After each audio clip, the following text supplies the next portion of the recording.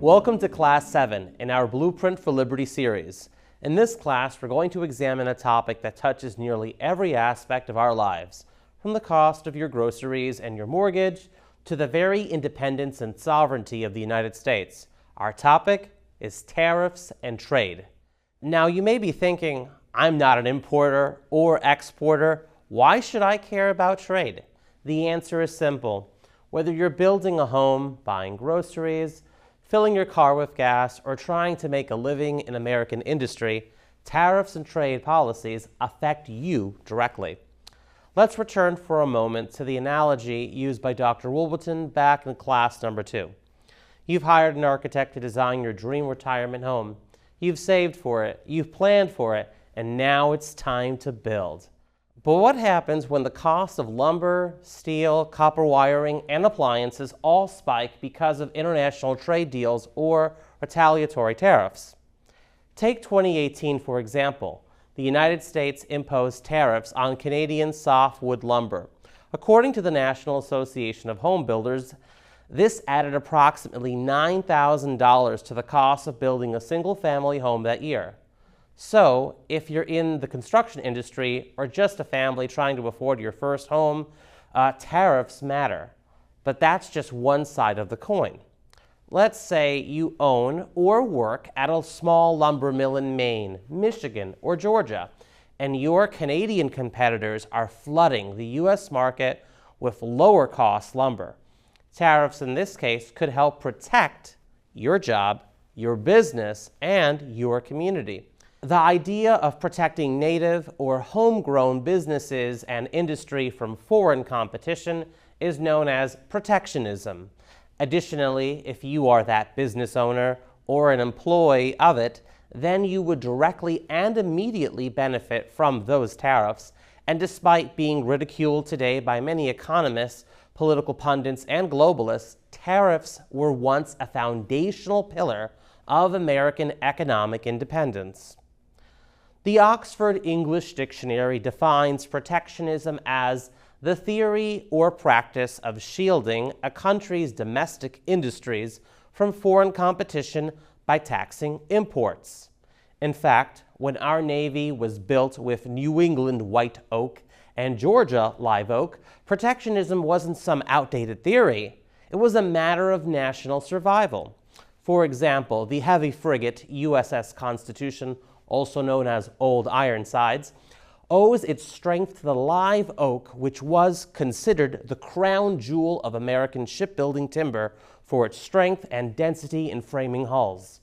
Grown in the Southeast in states such as Georgia and Florida, live oak gave ships such as the USS Constitution an edge over Britain's Royal Navy ships such as the HMS Guerriere, which was famously captured and destroyed by the crew of the USS Constitution in the War of 1812.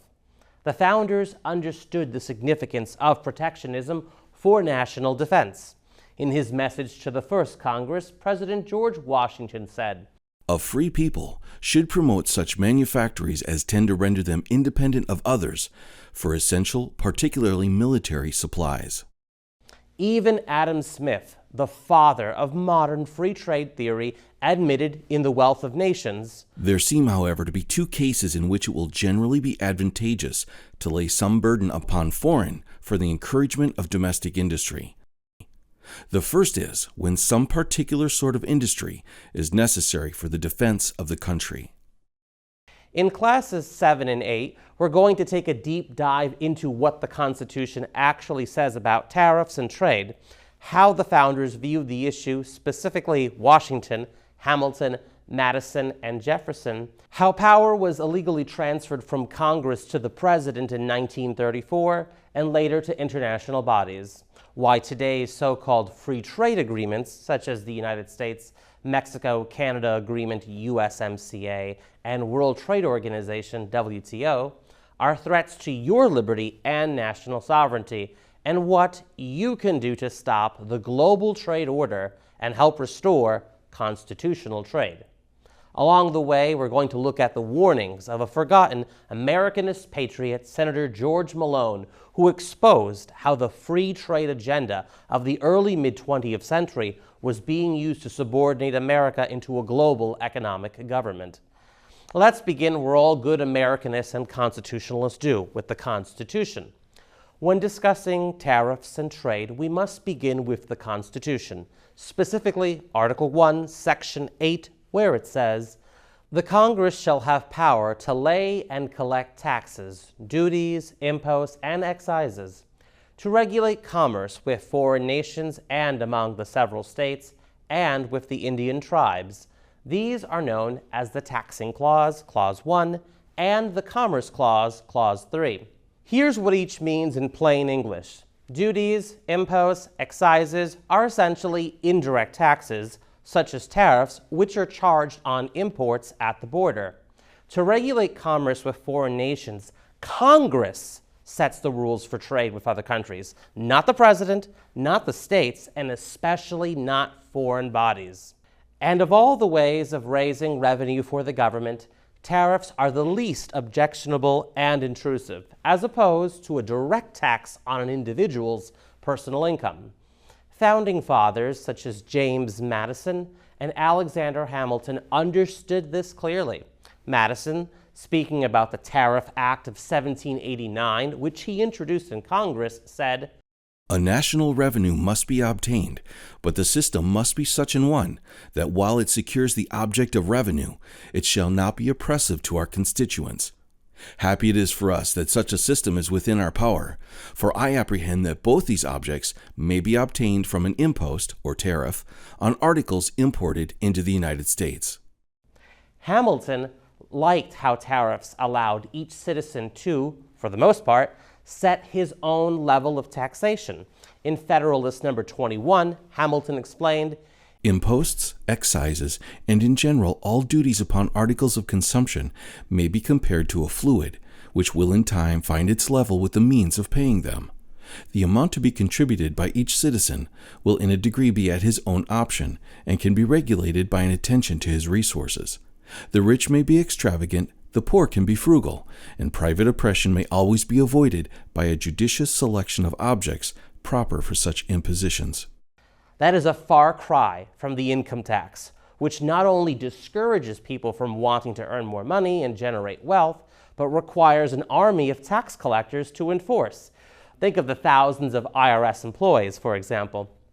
In fact, when Abraham Lincoln was still a little-known Whig congressman from Illinois, he made the exact same point.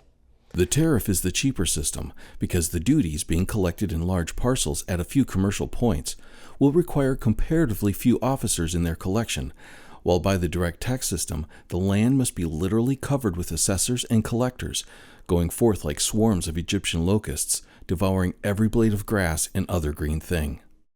Lincoln's vivid depiction of tax collectors as locusts appears to have been prophetic and accurate. Nevertheless, it's no surprise that classical free trade economists have generally favored indirect taxes, such as tariffs, over direct taxes, such as our modern progressive income tax, in which the more you make, the more the government takes from you. Adam Smith wrote in The Wealth of Nations, "To subject every private family to the odious visits and examination of the tax gatherers, in the same manner as we subject the keepers of alehouses and the brewers for public sale, would be altogether inconsistent with liberty." In other words, beware when the taxman cometh. The states granted Congress the power to impose tariffs in part to raise revenue for the federal government. In order for the revenue tariffs to successfully raise revenue, vigorous trade with foreign nations is needed, not less trade. So raising revenue through tariffs is by no means isolationist, it's the very opposite of isolationism. This also results in moderate revenue, which in turn leads to having a financially leaner and smaller federal government, one that actually fits within its constitutional boundaries. In the Federalist Number 21, Hamilton pointedly explained how tariffs breed moderation. He wrote, It is a signal advantage of taxes on articles of consumption that they contain in their own nature a security against excess. They prescribe their own limit. If duties are too high, they lessen the consumption, the collection is eluded, and the product to the Treasury is not so great as when they are confined within proper and moderate bounds. This forms a complete barrier against any material oppression of the citizens by taxes of this class, and is itself a natural limitation of the power of imposing them. In other words, Hamilton supported tariffs for revenue because they were self-limiting, unlike income taxes. And these powers were deliberately and exclusively granted to Congress, not the President. Article 1, Section 8 is a list of congressional powers, and the founders placed economic power squarely in the hands of the people's representatives. That's why Article 1, Section 10 says, "No state shall, without the consent of the Congress, lay any imposts or duties on imports or exports." So Congress, and Congress alone, can impose tariffs, regulate trade deals, and make decisions that impact the American economy. What about the President? As far as the Constitution is concerned, he can propose, recommend, sign, or even veto tariff laws, but he cannot unilaterally impose tariffs or enter into binding trade treaties. The Constitution gives those powers exclusively to Congress. That constitutional method prevailed for more than 130 years, but in the 1920s and 30s, in particularly 1934, things changed, which we'll get into shortly. But before that, it's important that we see what the founders said about trade and tariffs. While it's often claimed that the founding fathers favored free trade, the actual historical record tells a more nuanced story. Many of them began as free traders in theory. However, experience under the imperial British boot, economic warfare, and foreign dumping taught them the value of protective tariffs for both national defense and domestic prosperity. We already saw how in President George Washington's message to Congress in 1790, he favored domestic manufacturing to avoid dependency on foreign nations for essential war-making materials. That was not protectionism for its own sake, it was protectionism in the defense of liberty.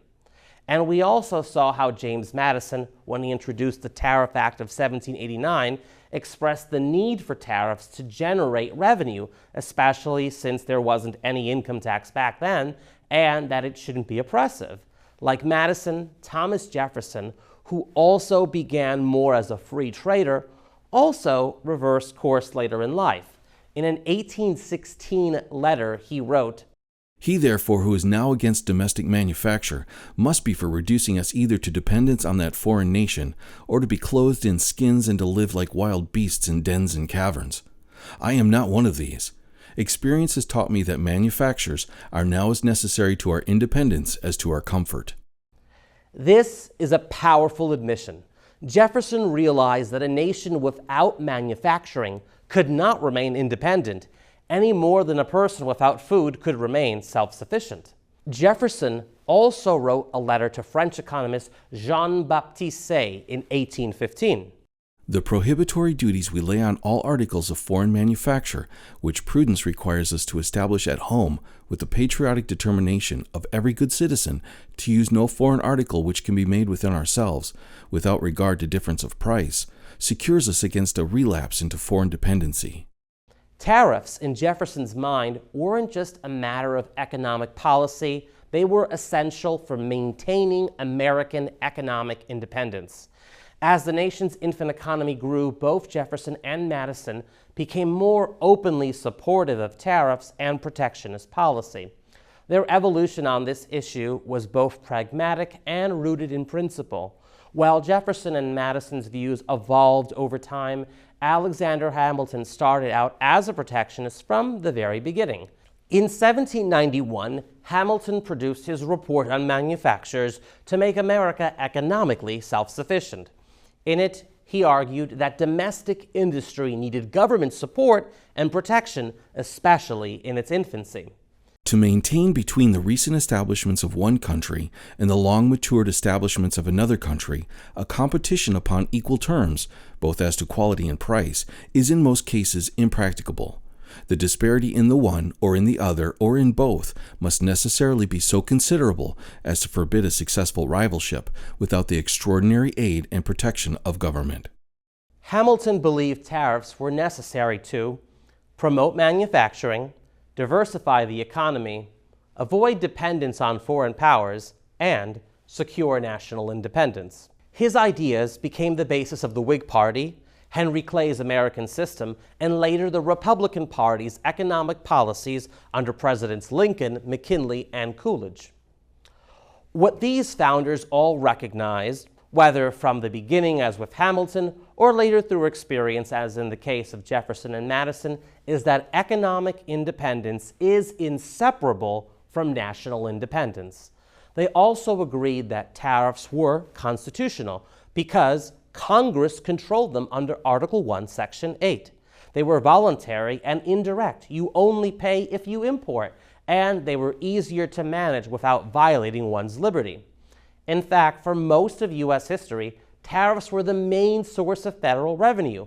That changed in the early 20th century. Despite what we've learned from the Founding Fathers, today's presidents routinely impose tariffs, sign trade deals, and attend global economic summits that bind the United States to international trade agreements. So how did we get here? The answer lies at a critical turning point in 1934, when Congress essentially abdicated its constitutional trade authority to the executive branch. Let's delve into how this power shift happened and why it matters today. Tariff rates fluctuated throughout the 19th century, with the average tariff reaching a high of 46.73% in the 1890s. But during the Woodrow Wilson administration, Congress lowered tariffs at an almost uniform rate of 3% per year until they reached a low of 16.4%. But soon, three new factors entered into the trade equation. 1. Foreign dumping of agricultural products below their production cost. 2. Foreign governments devaluing their national currencies in order to circumvent duties. And 3. U.S. farmers demanding that Congress protect them from these practices.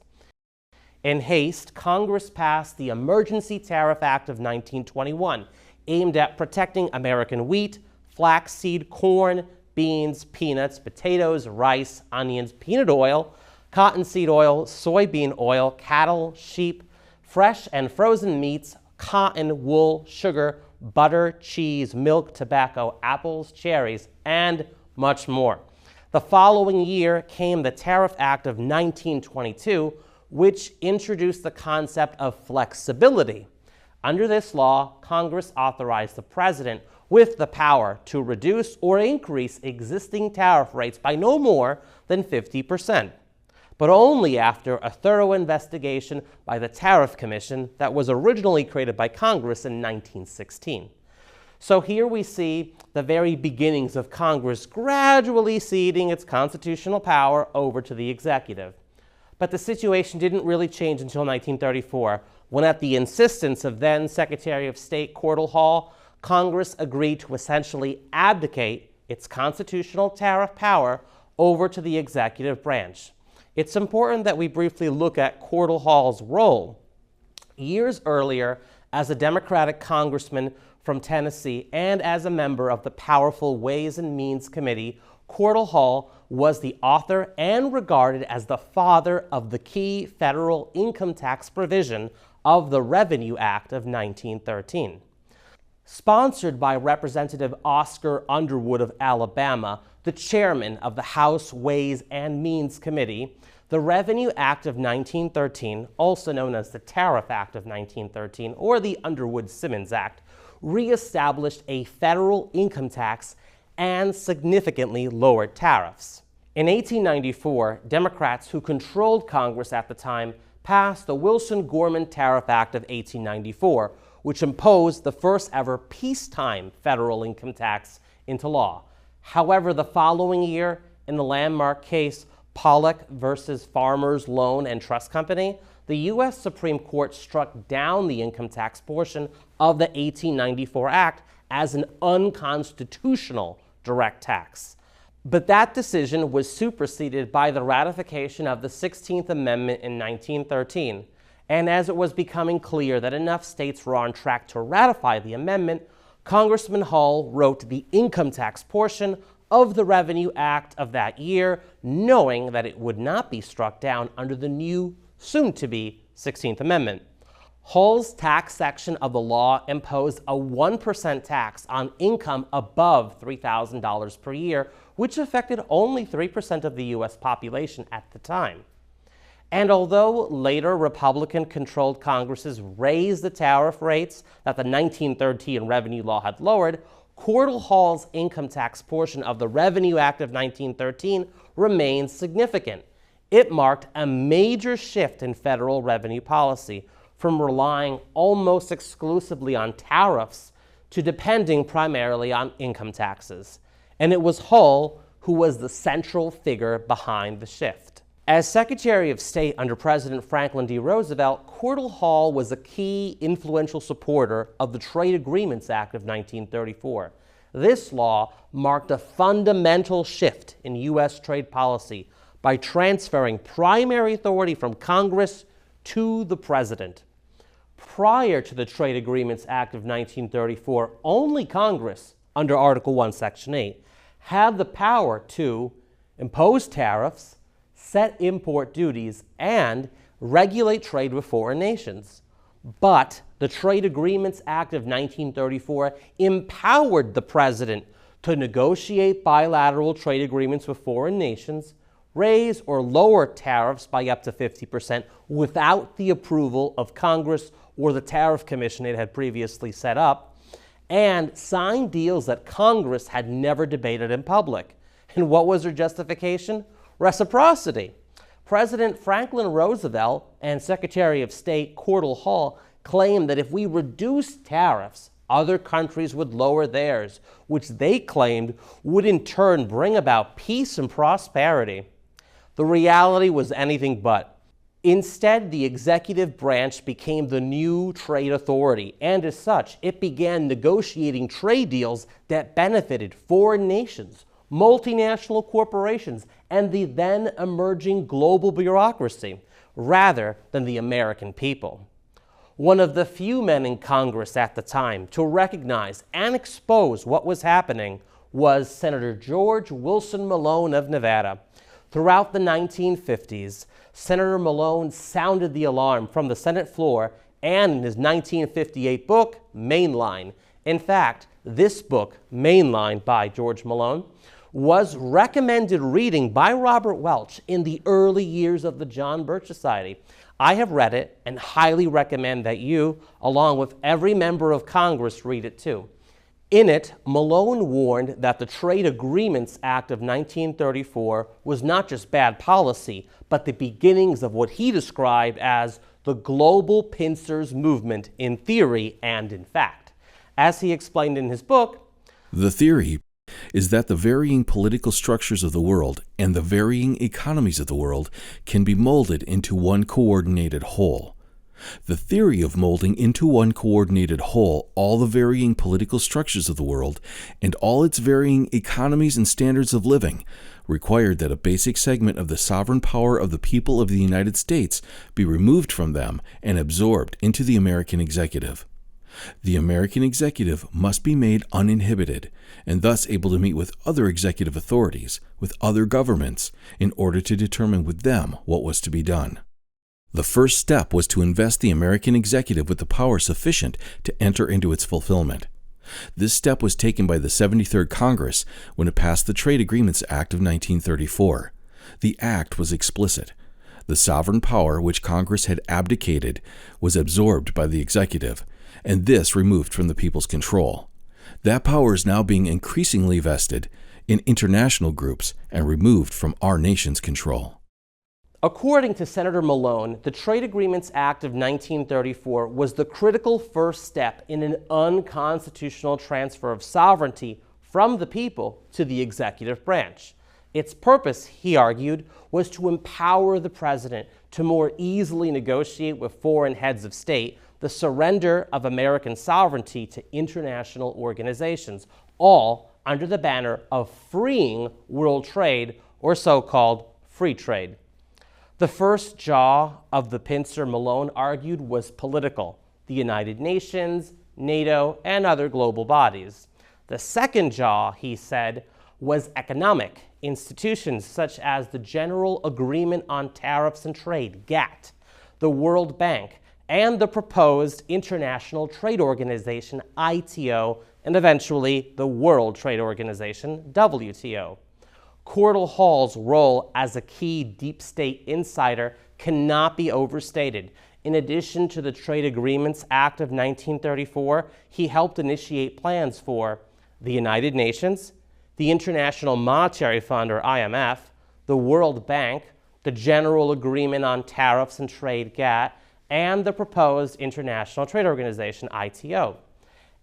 And the last two, GATT and the ITO, we'll cover in our next class, Class 8, in which we'll explore the rise of the global trade order and what you can do to help restore constitutional trade.